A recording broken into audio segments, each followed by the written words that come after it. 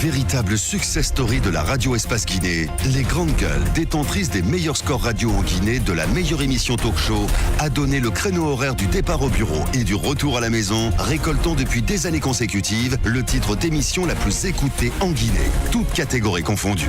Un grand total de plus de 5 millions d'auditeurs ont été fidèles au talk show Les GG, diffusé jour après jour sur toutes les stations du réseau Adafo Média de 9h à 10h30, un exploit qui restera longtemps dans les annales de la bande FM en Guinée.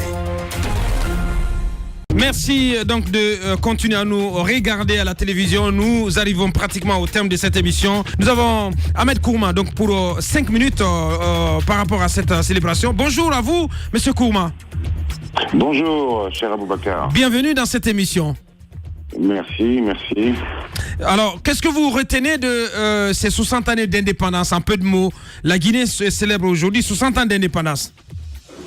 Je retiens beaucoup de choses. Je retiens d'abord une fierté en tant que Guinéen qui a vécu aussi à l'étranger. Je ressens la fierté d'avoir été respecté partout dans le monde, partout où j'ai voyagé. Et Dieu sait si j'ai voyagé. Je retiens le nom au général de Gaulle. Je retiens la grandeur des pères fondateurs qui vont de Ahmed Sékou Touré à Saifoullah Diallo. Je retiens la Guinée d'avant l'indépendance, c'est-à-dire une Guinée unie.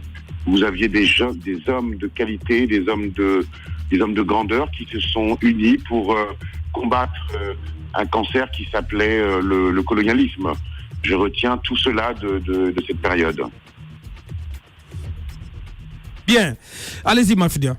Alors, Monsieur Kourma, on est quand même en 2018, 60 ans après. On se pose pas mal de questions sur ce que la Guinée aurait pu avoir en 60 ans. Et pour beaucoup, et d'ailleurs, sinon, pour ne pas dire à l'unanimité, on dit que non, il n'y a pas suffisamment ce qu'on aurait dû avoir. Aujourd'hui, comment situer les responsabilités? Vous êtes aujourd'hui un acteur politique, vous êtes de l'opposition.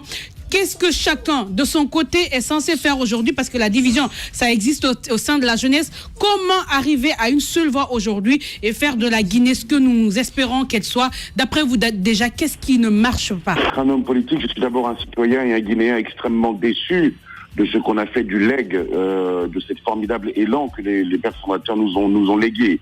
Mais je dis de cela génération après génération. Je retiens deux choses. Premièrement, le président de la République a pris une posture hier et un discours qui est un très très beau discours, extrêmement bien écrit. Mais malheureusement, je dis bien malheureusement, il n'en est pas le cas à chaque fois que nous constatons ce qu'il fait. À savoir qu'il nous dit à un moment donné dans son passage qu'il est le président de tous les Guinéens.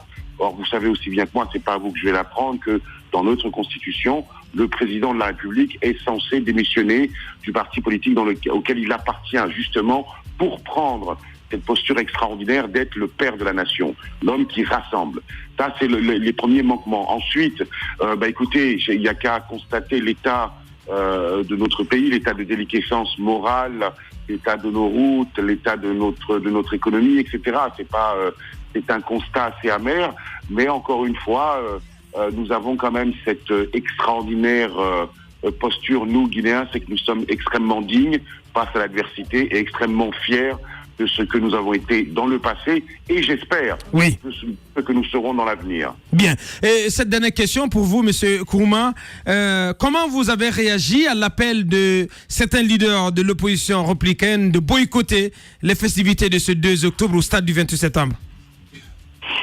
Écoutez, il se trouve que certains leaders-là, je fais partie de l'opposition, donc je suis absolument solidaire d'eux, je tiens à le préciser. J'ai marqué ma solidarité par une non-présence, tout simplement. Bien. Allez-y, Tamba. Alors, boycotter, je veux savoir, j'ai bien envie de savoir pourquoi. Est-ce à cause du fait, à cause du nom du lieu sur lequel se célèbre ce 2 octobre? J'ai bien envie de comprendre. Pour quelle raison? Les raisons de ce boycott. La raison est simple et je pense que nous sommes dans un pays libre et démocratique aujourd'hui, en tous les cas je l'espère, et que chacun aujourd'hui, face à l'histoire, face à ce qui s'est passé, a le droit d'avoir son opinion, ses douleurs. Il se trouve que notre mémoire collective aujourd'hui, certains estiment piétinée par le fait qu'on ait choisi de comment dirais-je, d'organiser les festivités de l'indépendance dans ce que certains estiment être un sanctuaire. Voilà. Je ne veux pas polémiquer là-dessus. Moi, je suis solidaire d'une décision qui a été prise. Oui, solidaire, sauf que vous avez quand même du mal à défendre votre décision et cet appel au boycott. Non, je n'ai pas, Aboubacar, entendons-nous bien, je n'ai pas à la défendre. Je ne la défends pas. Je dis simplement que je suis solidaire de cette décision qui a été prise et que nous sommes dans un pays libre où chacun a le droit à sa part de respect en termes de douleur, tout simplement. Bien. Ahmed Kourma, oui. La seule contradiction que moi je relève à cette démarche, elle peut être transparente, mais ça en reste une, c'est d'accepter par exemple d'aller avec Dadis Camara, de le soutenir, lui qui est le symbole. Il faut le dire, le symbole de ce massacre, encore une fois, il faut attendre que ce soit prouvé, mais il est le symbole de ce massacre. Vous pactisez avec lui, vous faites ami-ami, mais ensuite vous refusez d'aller célébrer le 2 octobre qui n'est pas le 28 septembre. D'accord, alors deux réponses. La première, c'est que chacun a le droit de fêter le 28 septembre là où il veut. Nous ne sommes pas obligés d'aller le fêter au 28 septembre. Vous avez le droit de célébrer où vous voulez, mais de là à inviter d'autres à suivre votre pas, moi je trouve cela totalement inacceptable. Mais ça c'est votre droit, comme on dit, comme vous connaissez M. Fameliton, je ne suis pas d'accord avec ce que vous dites, mais je me battrai jusqu'à la mort pour que vous puissiez le dire. Maintenant, la deuxième chose que je voudrais vous dire, qui est la plus importante, vous l'avez vous-même dit, il y a un principe de base en droit, et je crois que c'est j'ai l'impression que vous vous dirigez là en juge. Il y a un principe de droit, mon cher Samba, ça s'appelle la présomption d'innocence. Tant que le président...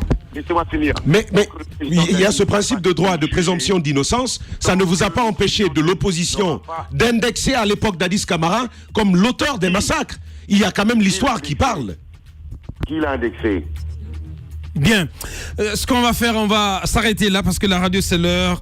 La polémique, vous l'avez constaté, c'est jusqu'au sein de l'opinion sur cette célébration et sur le lieu de ces célébrations. Ça n'est terminé pour ce numéro spécial. Allez-y, Mohamed. Oui, juste une info. Quand je vous dis que malheureusement nos politiques ne savent pas prendre de la hauteur, vous voyez de quoi on est en train de parler. Mais à l'instant au stade, j'apprends que Mohamed Lamine Bangoura est à la loge officielle en lieu et place de M. Khalifa Sall, alors qu'il ne bénéficie même pas encore du décret qui valide donc de décret de confirmation. C'est-à-dire que dans ce pays, on a pris l'habitude d'insulter les Guinéens. Et là, que ça se fasse un 2 octobre, après le putsch du 28 septembre, je ne sais plus qu'est-ce qu'il faut penser de ceux qui nous gouvernent. Alors, c'est de cette façon, hein, franchement, on va pas quand même noircir le tableau vers la fin.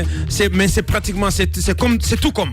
Merci à vous qui nous avez suivis à l'international sur notre site internet www.espacefm Guinée. Merci à vous aussi, tous qui nous avez regardés à la télévision, un peu partout à travers l'Afrique et le monde. Bonne fête à tous nos compatriotes, ceux de l'intérieur mais aussi ceux de l'extérieur. Prenez soin de vous et vous continuez donc à célébrer ce 2 octobre dans la dignité mais aussi dans l'honneur.